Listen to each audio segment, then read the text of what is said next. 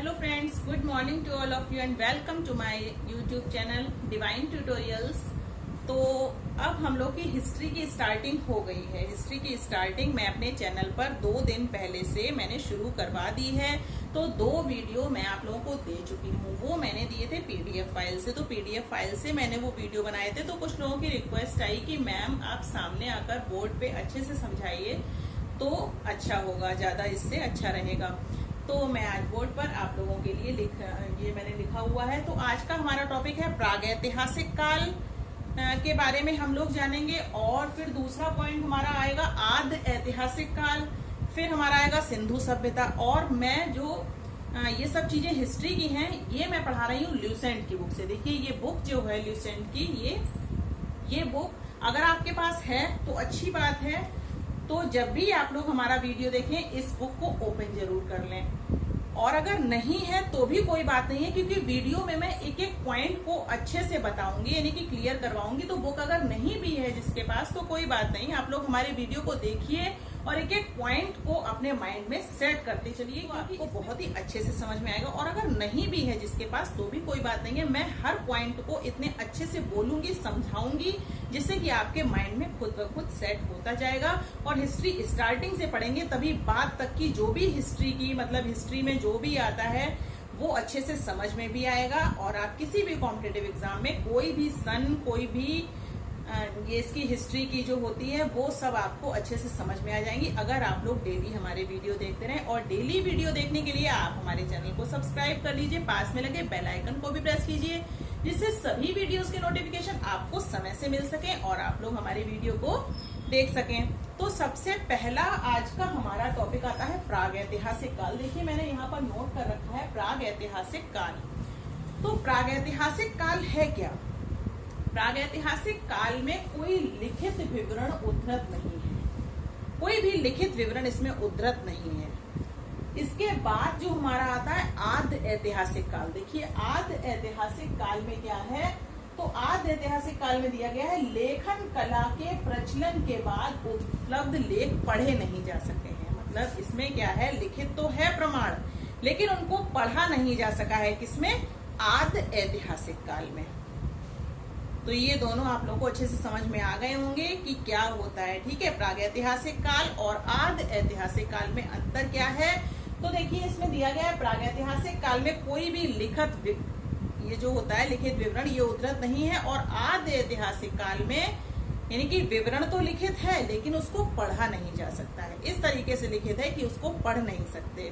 तो ये हमारा हो गया आद्य ऐतिहासिक काल। अब हम लोग आते हैं, देखिए सिंधु सभ्यता।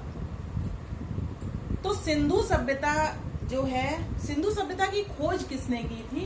तो सिंधु सभ्यता की खोज की थी राय बहादुर दयाराम साहनी ने। देखिए राय बहादुर दयाराम साहनी ने की थी सिंधु सभ्यता की खोज। ठीक है, इसके बाद देखिए सिंधु सभ्यता को प्राक ऐतिहासिक काल अथवा कांस्य युगीन में रखा जाता है। इस सभ्यता के मुख्य निवासी कैसे थे? द्रविड़ एवं भूमध्य सागरीय थे। इसके जो मुख्य निवासी थे वो कैसे थे? वो थे द्रविड़ एवं भूमध्य सागरीय। किसके थे? सिंधु सभ्यता के निवासी कैसे थे? द्रविड़ एवं भूमध्य सागरीय। तो आप लोग इसको याद रखिएगा, एक एक पॉइंट मैं अच्छे से बोल रही हूँ जिससे कि आप लोगों को समझ में भी आता चले। तो अब देखिए सिंधु सभ्यता के सर्वाधिक पश्चिमी पुरास्थल दाश्क नदी के किनारे स्थित सुत कांगेडोर। अभी मैं आगे ये जो आए हुए हैं, देखिए प्रमुख स्थल, नदी और उत्खनन करता वर्ष। इसमें देखिए हड़प्पा जो है वो रावी नदी के किनारे है, उत्खनन करता है इसके दयाराम साहनी, और वर्ष ये 1921। तो जैसा कि इसमें ये जो लाइन आई है, तो इसमें देखिए कौन सी लाइन आई है? सर्वाधिक पश्चिमी पुरास्थल दाश्क नदी के किनारे। दाश्क नदी के किनारे क्या है प्रमुख स्थल? सुत कांगेडोर। देखिए यहाँ पर नोट किया हुआ है मैंने, दाश्क नदी के किनारे सुत कांगेडोर। फिर इसके बाद दिया है देखिए पूर्वी पुरास्थल हिंडन नदी के किनारे आलमगीरपुर। देखिए हिंडन नदी के किनारे क्या है? तो वो है आलमगीरपुर, हिंडन नदी के किनारे।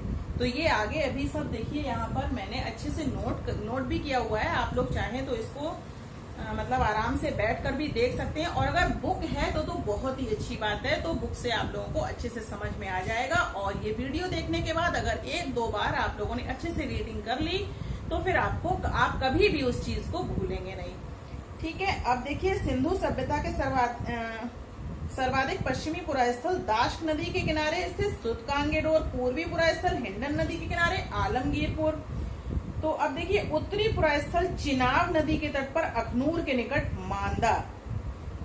अब देखिए सिंधु सभ्यता या सैंधव सभ्यता कैसी सभ्यता थी, एग्जाम में क्वेश्चन कैसे पूछा जाता है, सिंधु सभ्यता जो थी वो कैसी सभ्यता थी, तो याद रखेंगे सिंधु सभ्यता नगरीय सभ्यता थी। कैसी सभ्यता थी? नगरीय। सिंधु सभ्यता नगरीय सभ्यता थी। तो अब देखिए सैंधव सभ्यता से प्राप्त परिपक्व अवस्था वाले स्थलों में केवल 6 को ही बड़े नगर की संज्ञा दी गई है। वो 6 क्या है? मोहनजोदड़ो, हड़प्पा, फिर उसके बाद हमारा आता है देखिए गढ़वारी वाला, फिर आता है धौलावीरा, फिर आता है राखीगढ़ी एवं कालीबंगन। तो ये इसमें दिया गया है। अब देखिए स्वतंत्रता प्राप्ति के पश्चात हड़प्पा संस्कृति के सर्वाधिक स्थल गुजरात में खोजे गए हैं। अब देखिए मोहनजोदड़ो से प्राप्त स्नानागार संभवतः सैंधव सभ्यता की सबसे बड़ी इमारत है।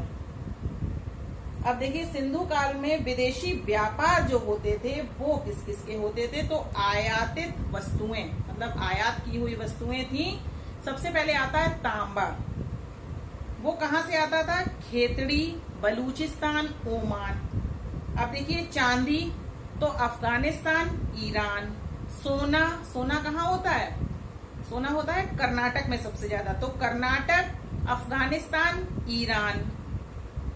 तो इस तरीके से ये इसमें दिए गए हैं। अब देखिए इसमें जिसके पास बुक है वो तो अच्छे से इसको एक बार, मतलब मेरा वीडियो देखने के बाद एक बार अच्छे से रीडिंग कर लें हर पॉइंट की, तो बहुत ही अच्छा होगा।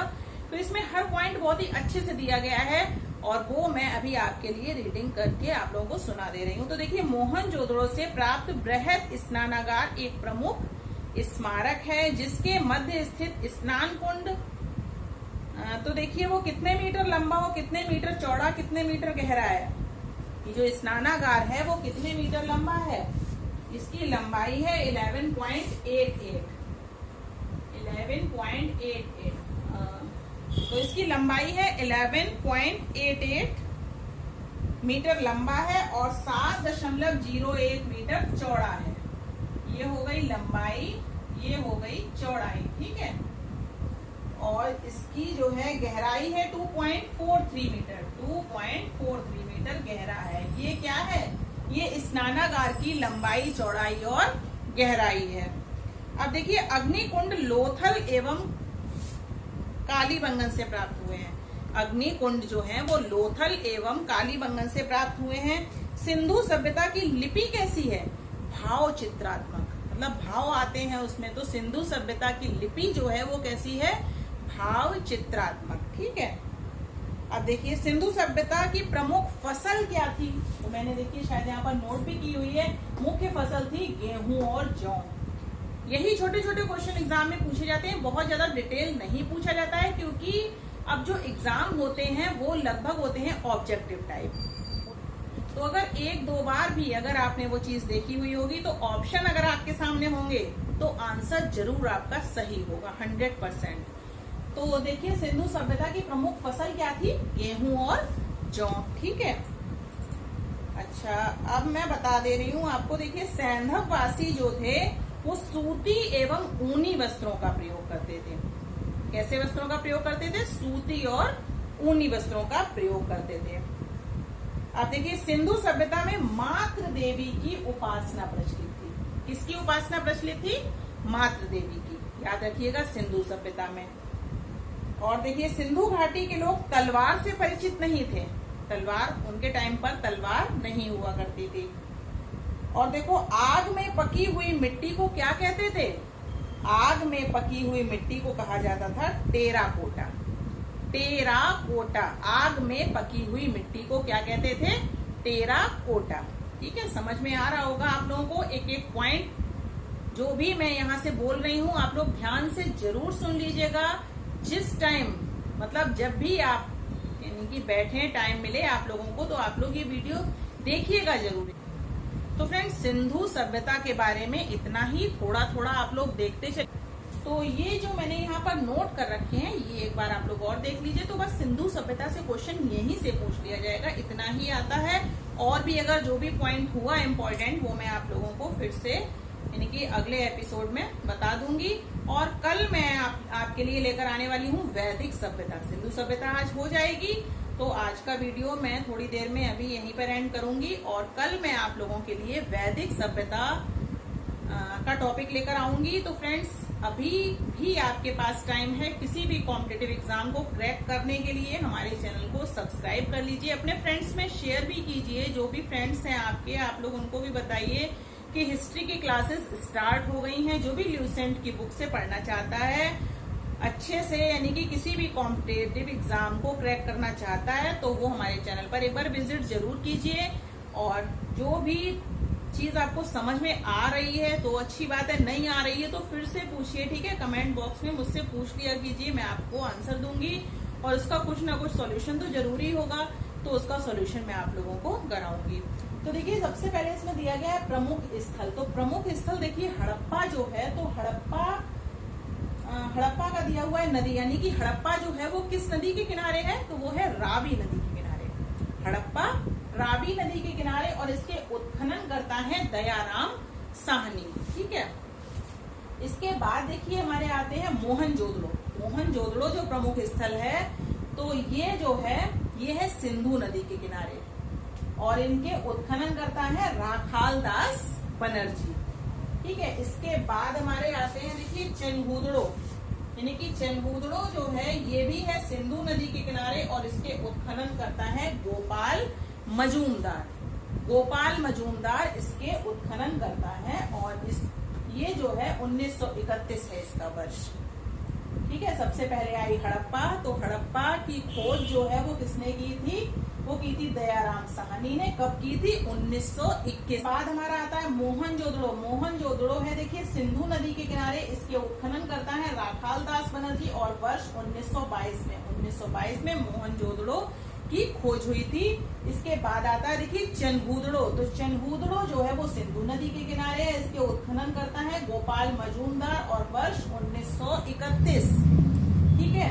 इसके बाद आता है देखिए कालीबंगन। तो कालीबंगन जो है वो है घग्गर नदी के किनारे। कालीबंगन किस नदी के किनारे स्थित है, तो वो है घग्गर नदी के किनारे, और इसके उत्खनन करता है बी लाल या फिर बी के थापर, ठीक है, दोनों ही है। तो इसकी खोज हुई थी 1953 में। अब देखिए आता है लोथल। तो लोथल जो है वो है भोगवा नदी के किनारे, उत्खनन करता है रंगनाथ राव 1955 एवं 1962। अब आता है देखिए आलमगीरपुर। तो आलमगीरपुर है देखिए हिंडन नदी के किनारे, जैसा कि मैंने अभी आप लोगों को इससे पहले भी ये जो ल्यूसेंट की बुक में था वो मैंने आप लोगों को बताया भी था। तो आलमगीरपुर किस नदी के किनारे है, हिंडन नदी के किनारे, और इसके उत्खनन करता है देखिए यज्ञदत्त शर्मा, और ये 1958, ठीक है। अब हमारा आता है सुतकांगेडोर। सुतकांगेडोर है देखिए दाश्क नदी के किनारे, और इसके उत्खनन करता है जॉर्ज डेल्स 1927 एवं 1962। तो ये रही सिंधु सभ्यता की बात। सिंधु सभ्यता से क्वेश्चन जो भी आएगा वो यहीं से ही आएगा, बिल्कुल पक्का 100% समझिए। तो फ्रेंड्स, आज का वीडियो हम लोग यहीं पर एंड करते हैं। कल मैं आपके लिए एक बहुत ही इम्पोर्टेंट टॉपिक के साथ आऊंगी, जो कि होगा वैदिक सभ्यता। वैदिक सभ्यता का पूरा डिटेल मैं आप लोगों को बताऊंगी, इसी तरह बोर्ड पर ही। तो फ्रेंड्स, वीडियो थोड़ा सा भी पसंद आया तो लाइक जरूर कीजिएगा, और चैनल को सब्सक्राइब करके बेल आइकन को जरूर प्रेस कीजिए। मैं बार बार फोर्स इसीलिए कर रही हूँ बेल आइकन को प्रेस करने के लिए, जिससे कि आपके पास नोटिफिकेशन टाइम से पहुंच जाए, और आप लोग मेरे वीडियो को वॉच कर सकें, और किसी भी कॉम्पिटिटिव एग्जाम में आसानी से कोई भी क्वेश्चन को आप लोग अटेम्प्ट कर सकें। थैंक यू, कल मिलते हैं।